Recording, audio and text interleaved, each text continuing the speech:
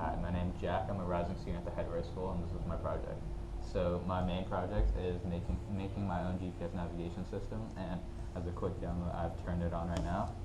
And here is a map of the area we are, and that red dot should indicate where we are on the map.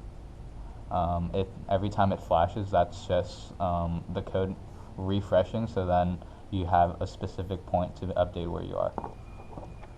So when making this project, first off my first milestone was basically finishing all the hardware.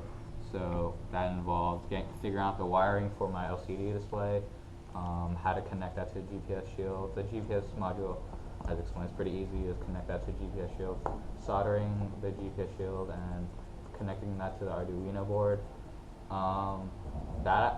The first challenge of the project came from working with that. I was originally working with a Leonardo board, and the problem with that was that some of the pins couldn't work with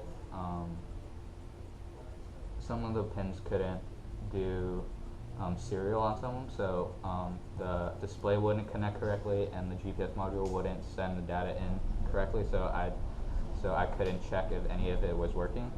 So it took me a while to figure out that I just had the wrong board, but once I figured that out, I got all the hardware work out of the way, and then from there I basically started working on all the code of it.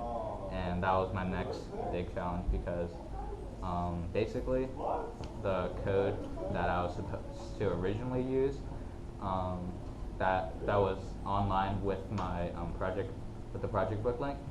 The person who wrote the code was from the Netherlands, and a lot of the code was and a lot of the boundary data he made for the maps were hard coded in specifically for the Netherlands, so I couldn't really use that, and I had to figure out how I had to get my own map files for the Bay Area, and and basically write my own code as a result of that.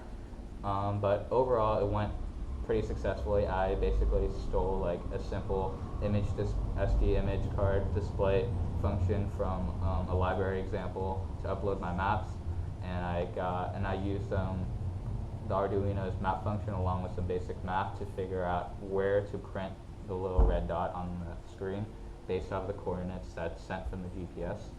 And as a final modification, I just got a little battery pack, so it's a little more cohesive instead of always having to connect this to a laptop. But other than that, this is my final project, and yep, thanks for watching.